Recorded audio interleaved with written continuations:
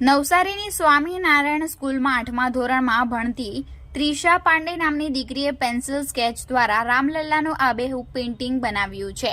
ઘણા બાળકોમાં અમુક પ્રકારની ખૂબી અને આવડત જન્મથી જ ભગવાને આપેલી ભેટ જેવી હોય છે.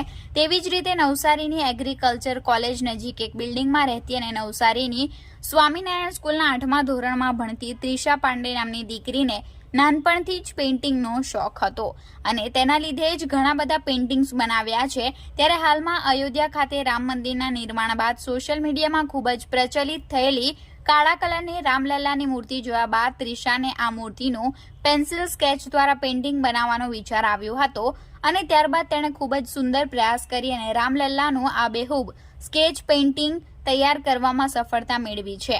અગાઉ પણ ભગવાન શ્રી કૃષ્ણનું પણ સુંદર પેઇન્ટિંગ બનાવ્યું છે અને માર્વેલ્સ સિનિયરીની પણ યુનિક પેઇન્ટિંગ બનાવી છે.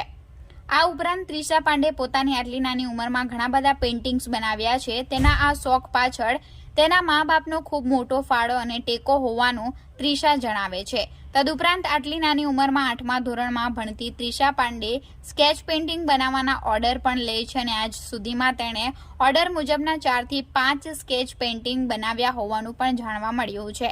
ત્યારે આજે અમારા પ્રતિનિધિ દ્વારા આ દીકરીની મુલાકાત લઈ અને તેણે બનાવેલા પેઇન્ટિંગ પૈકીના ઘણા બધા પેઇન્ટિંગ અમારા કેમેરામાં કંડારી અને ગુજરાત ઓપિનિયન ન્યૂઝના દર્શકોને બતાવવાનો પ્રયાસ કર્યો છે.